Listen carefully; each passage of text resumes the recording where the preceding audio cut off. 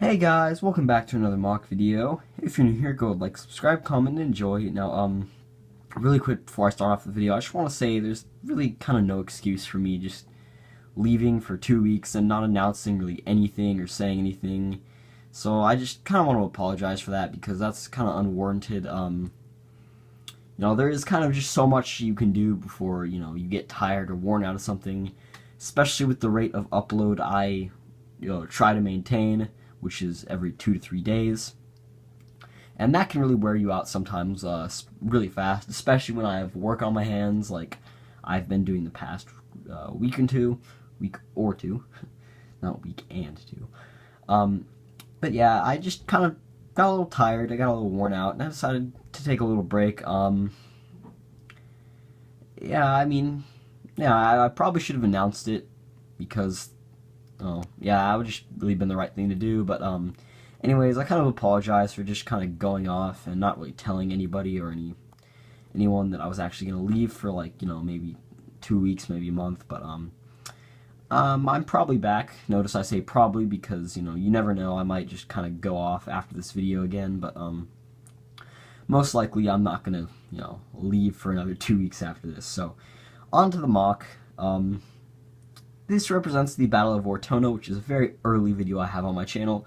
Back when my mocks were literally a flat base plate with like some boxes and a couple I think I used paper decals back then. Back when my channel was still very, very small. I think I had 15 subscribers back when I made that video, so I decided I'd just kind of do this battle some justice since it's really not that well known, and just kind of do a revamp of it. So I'll start kind of right in the back here.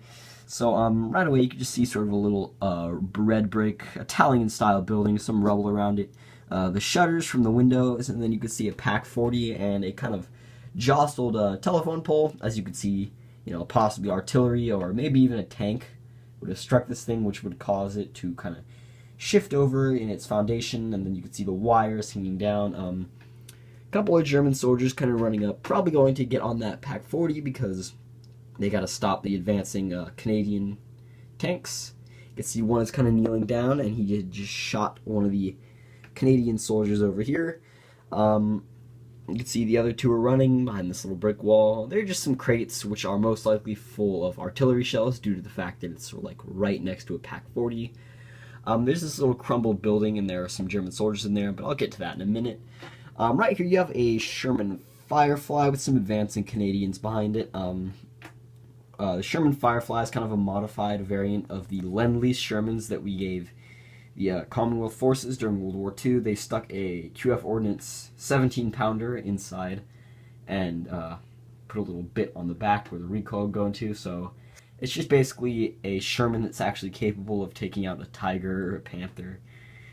Everything that a normal Sherman wouldn't be able to do. So, moving up the street, you can just see some mud, a little bit of fire, probably from that house that I'm about to show you guys.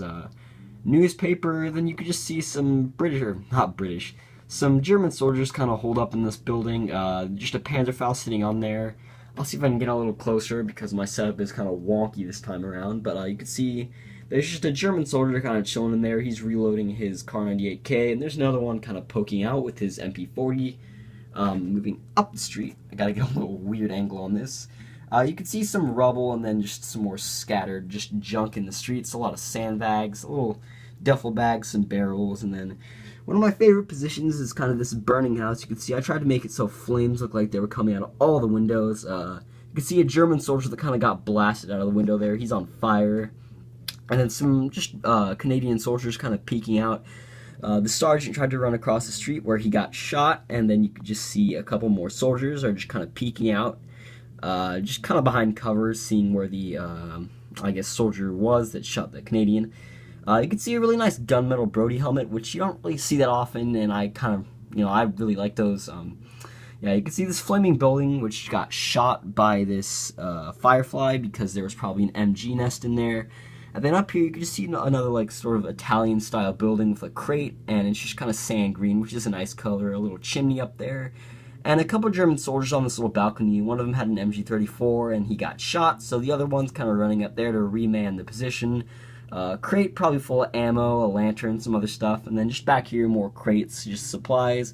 and some German soldiers behind this building. So, that really is kind of this whole MOC, if I can get this to focus and sit back down. That really is this whole MOC. I put about an hour of work into this. I'm pretty proud of the result, and it's probably one of my favorite MOCs in recent years. Not years, and out of my recent videos. That's better. Anyway, if you guys enjoyed, make sure to like, subscribe, comment, and I'll see you guys next time.